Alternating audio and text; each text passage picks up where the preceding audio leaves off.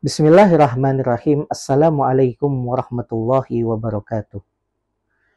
Alhamdulillahilladzi manna ala ummati Muhammadin bi syahri Ramadan wa syara'a fihi as-siyama ibadatan khalisatan lahu wa wa'ada as-sa'imina bil jazaa'il awfa takriman linufusihim. Wassalatu wassalamu ala khairil bashar sayyidina Muhammad ibn Abdillah alladzi allamana bi anna siyamal haqiqi huwa siyamus saimin alladzina hum liqauli zuri wal amal bihi tarikun. Amma ba'd. Sahabat Himami yang dirahmati Allah Subhanahu wa taala. Syekh Izzuddin bin Abdissalam dalam karyanya Qawaidul Ahkam fi Masalihil Anam pernah mengungkapkan, Asy-syari'atu kulluha masalih, imma tujlabu masalihu au tudra'u mafasidu.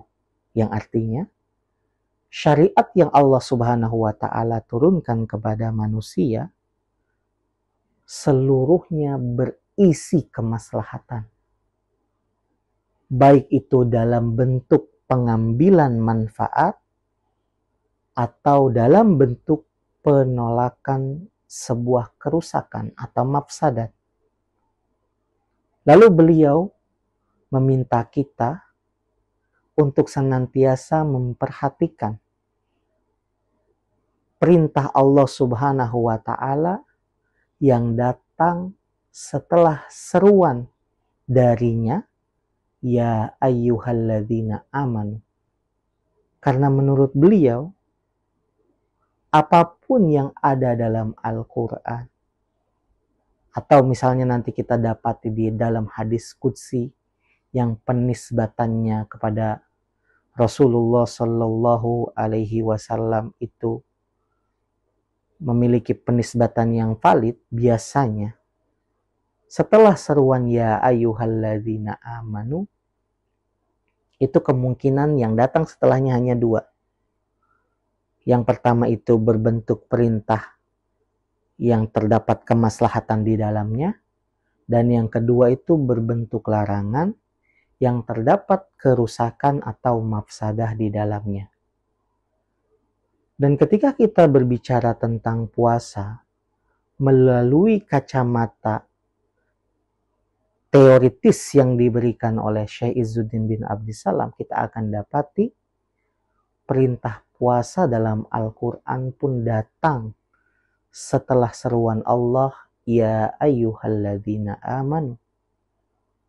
Baru setelah itu Allah Subhanahu wa taala memerintahkan orang-orang yang beriman dengan ungkapan kutiba alaikumus syiyam kama kutiba alal ladzina min qablikum la'allakum tattaqun. Yang artinya diwajibkan bagi kalian wahai orang-orang yang beriman untuk berpuasa sebagaimana diwajibkan atas umat-umat terdahulu, tujuannya agar kalian bertakwa. Nah, untuk menafsirkan apa yang dimaksud dengan takwa ini, para ulama memiliki banyak penafsiran.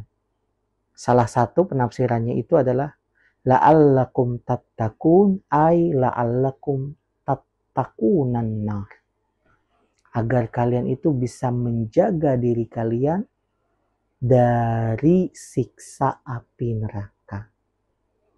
Nah, kemudian pertanyaannya, apakah menghindari siksa api neraka itu hanya sebatas atau bisa kita lakukan hanya melalui menahan diri agar tidak makan dan tidak minum dan tidak melakukan hal-hal yang bisa membatalkan puasa seperti berhubungan suami istri di siang bulan suci Ramadan? Tentu saja hal itu bisa jika kita memahami ibadah puasa dengan keseluruhan hikmah di dalamnya. Kalau kita renungi misalnya ya, makan, minum, berhubungan suami istri untuk orang yang bernikah, yang sudah menikah ya. 3 hal ini adalah hal yang diperbolehkan pada asalnya itu di luar bulan suci Ramadan. Kemudian 3 hal ini menjadi hal yang terlarang dilakukan di siang bulan suci Ramadan. Mengapa Allah Subhanahu wa Ta'ala melatih kita untuk bisa menahan diri untuk tidak melakukan 3 hal yang tadi atau yang pada mulanya itu diperbolehkan? Tujuan beliau, yakni tujuan Allah Subhanahu wa Ta'ala itu adalah apa? Untuk mendidik diri kita agar di luar bulan suci Ramadan itu kita bisa meninggalkan hal-hal yang dilarang oleh Allah Subhanahu wa Ta'ala, berlandaskan kepada apa yang Allah Subhanahu wa Ta'ala larang. Toh di bulan suci Ramadan pun ketika kita melakukan puasa, kita bisa meninggalkan hal-hal yang tadinya diperbolehkan oleh Allah Subhanahu wa Ta'ala di siang hari, ya kemudian di bulan suci Ramadan itu menjadi dilarang sebagai sebuah pensyariatan puasa.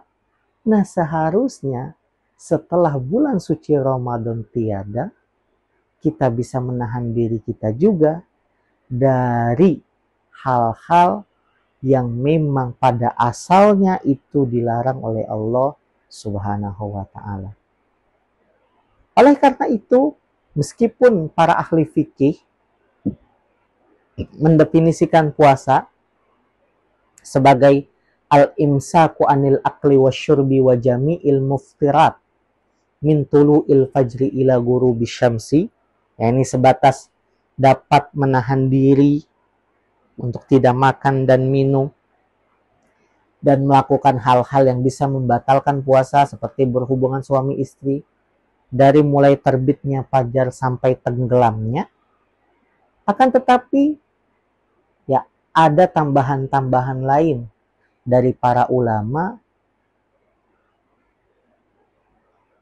bagaimana caranya kita untuk menyempurnakan puasanya kita. Yaitu dengan cara apa?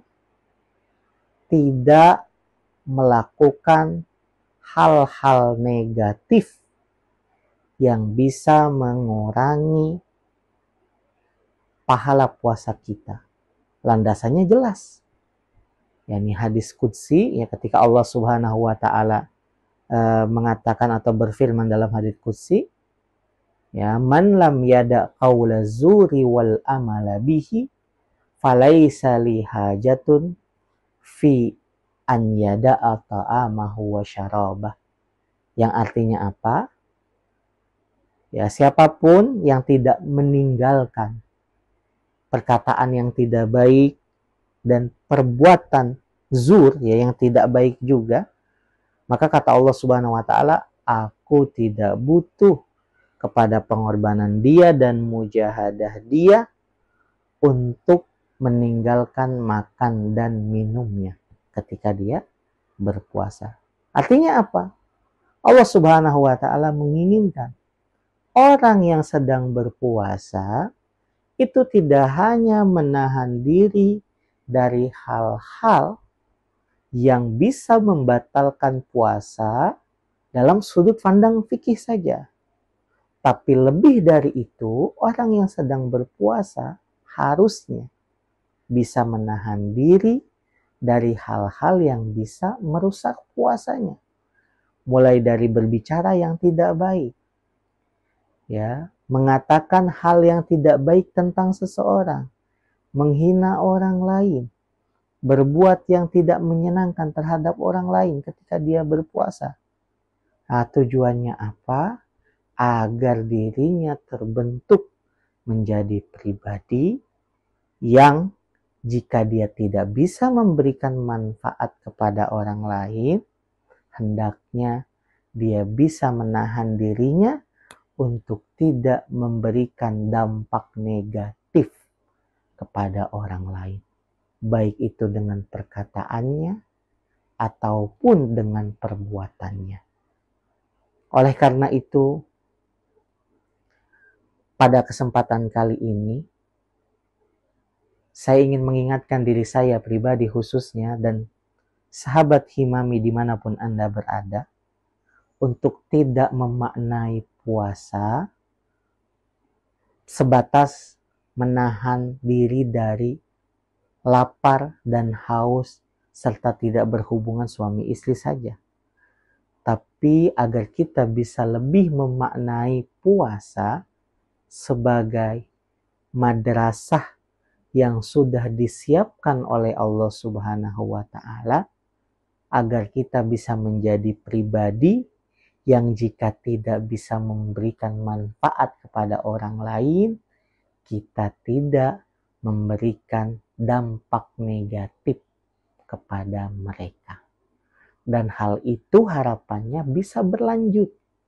Tidak hanya di bulan suci Ramadan, tetapi juga berlanjut ke bulan-bulan setelah bulan suci Ramadan. Mungkin itu saja yang bisa saya sampaikan pada kesempatan kali ini. Lebih kurangnya mohon maaf dan maklum. Wallahu waliyut taufiq wa huwa a'lamu bissawab. Summassalamu alaikum warahmatullahi wabarakatuh.